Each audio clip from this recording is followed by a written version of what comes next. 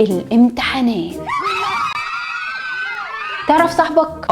امتحنت معاه؟ لا، يبقى متعرفوش. في الامتحانات بيهان المرء او يهان. يكرم دي لما تموت يا حبيبي هنكرمك ما تقلقش. وفي الامتحانات نقدر نلخص الدفعه كلها في 5 انواع. اول نوع ياسر، سبحان الله ده مش بيذاكر زيك زيه طول السنه، بس بيدخل الامتحان يقفله. هو شخصيا ما يعرفش عملها ازاي، حظ بقى ولا سحر سفلي محدش فاهم. تاني نوع معاذ بطاطس سوري، لا بيذاكر اول السنه ولا اخر السنه ولا مهتم، ولو فتح كتاب يتحرق. ده هتلاقوه بيفطر تحت، حد ينبهه ان النهارده امتحان عشان يطلع بس. تالت نوع نورهان ماراثون، دي بتبدا ماراثون المذاكره للامتحانات قبلها بشهر، ولولا ان مش معاها المحاضرات في اجازه الصيف كان زمانها قاعده تذاكر، وهي لسبب غير معلوم متوتره طول الوقت وبتوتر كل اللي حواليها معاها، ورغم ان هي مذاكره كويس والله بتدخل تكتب عكس اللي ذاكرته. طب ذاكرتي ليه؟ والله لما تدخلي تعكي محدش فاهم، بس هتلاقي مناديل عشان هتعيط وهيغمى عليها قدام باب اللجنه. رابع نوع مزراحي، وغالبا بيبقى اسمه عمر او عمرو، وده اللي هو ربنا يستر يا جماعه ما ذاكرتش اقسم بالله، يا رب عدي بس. انت طموحاتك عشان تعدي ان انت تعدي السنه اللي بعدها. عمر لما بيجي يعدي بيبقى معيد،